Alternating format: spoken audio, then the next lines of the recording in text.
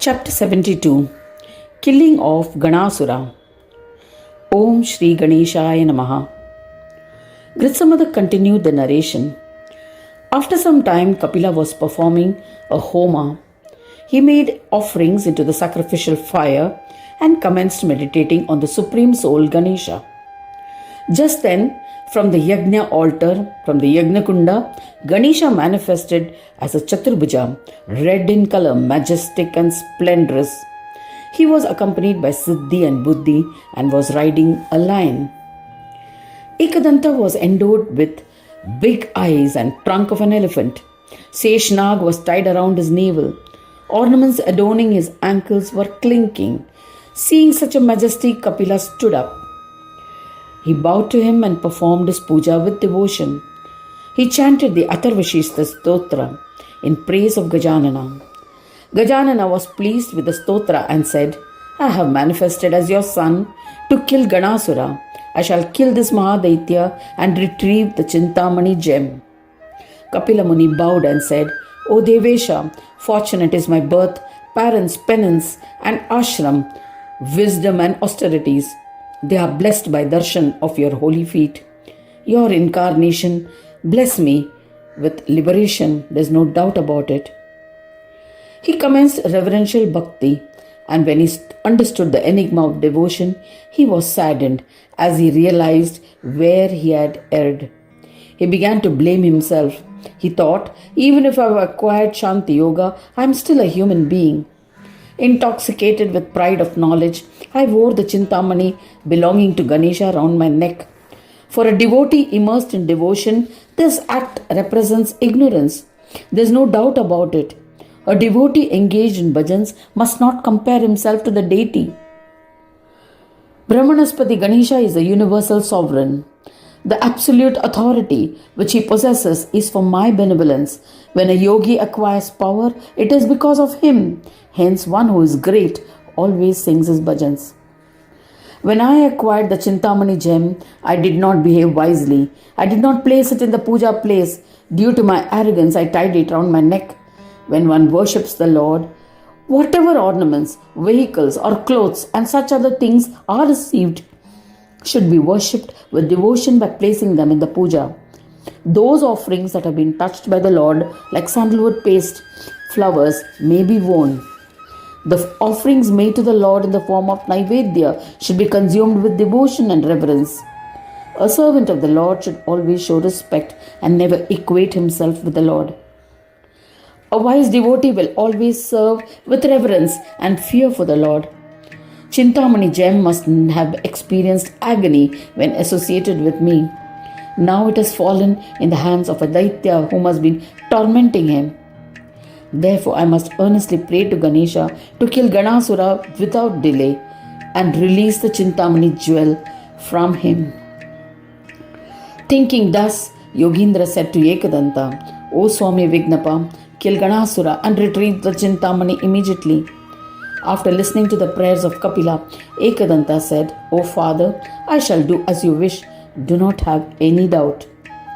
That night, Ekadanta induced a dream for Ganasura. Ganasura was disturbed.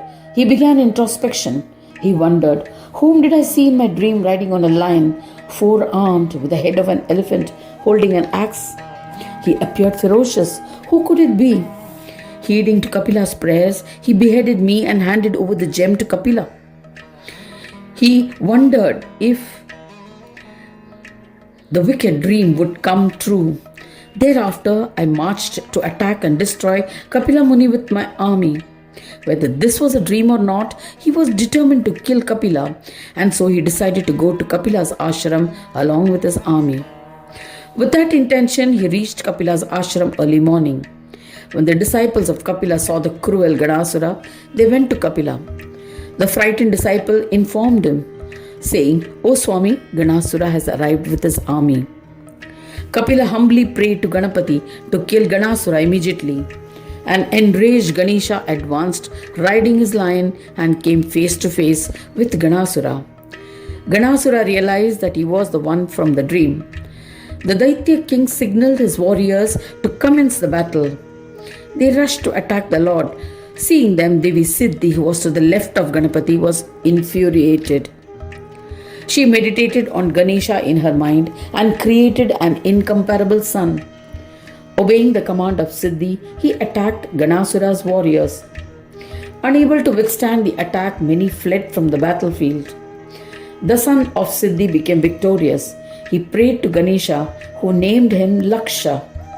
He said, "O son, reside in the entire Brahmand. Enjoy the fruits when a human performs a task attentively.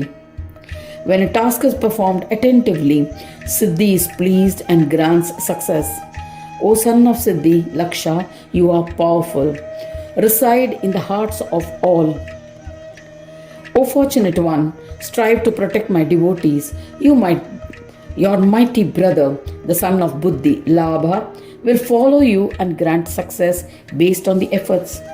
The amount of success will depend on the amount of attention of the performer and whether it is for enjoyments, liberation, or sin." After instructing thus, Ekadanta went after Ganasura.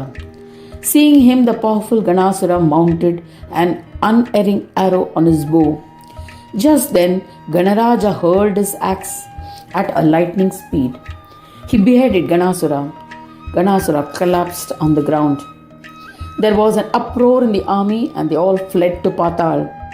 The ecstatic Devas and Munis went to the majestic Ganapati. Ekadanta returned the Chintamani gem and pacified Kapila. Kapila offered namaskara to Ganesha. He said with devotion, "O Gananayaka, the Chintamani is your adornment. Please keep it with you. We should only worship this precious jewel. We do not deserve to wear it. Therefore, O Vignesha, please wear the Chintamani around your neck. O Lord, you reside in my chitta. You are aware of all my desires. You have always fulfilled them. It is certain that you will be referred to as Chintamani."